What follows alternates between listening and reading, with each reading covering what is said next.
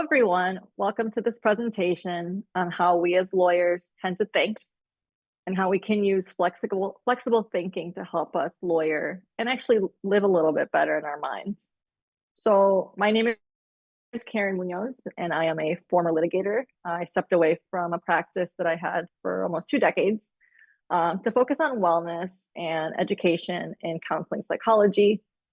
I have lived and seen how our ways of thinking can narrow our lens, which does not allow us to see fully the world that is before us.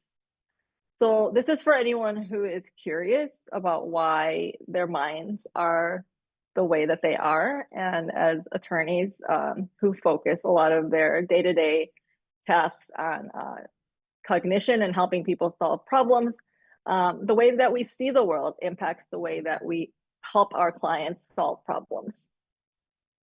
So today we'll talk about how our minds help shape our outlook and worldview.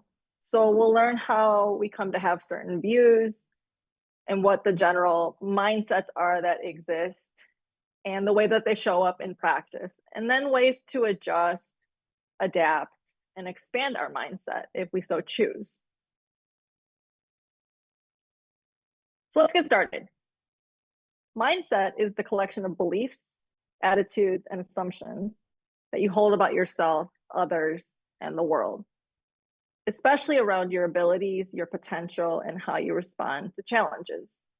So really, it is how we show up in our day-to-day interactions. It is how we show up mentally when we're preparing to give a presentation, or how we're preparing to give an argument in court.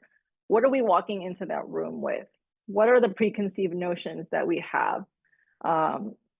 What has happened in our past that led us to that place, and how we think through our situations, whether they're positive or negative. We tend to have a certain way we look at things. And this is something that we carry from the very first moments that we're able to form rational thought.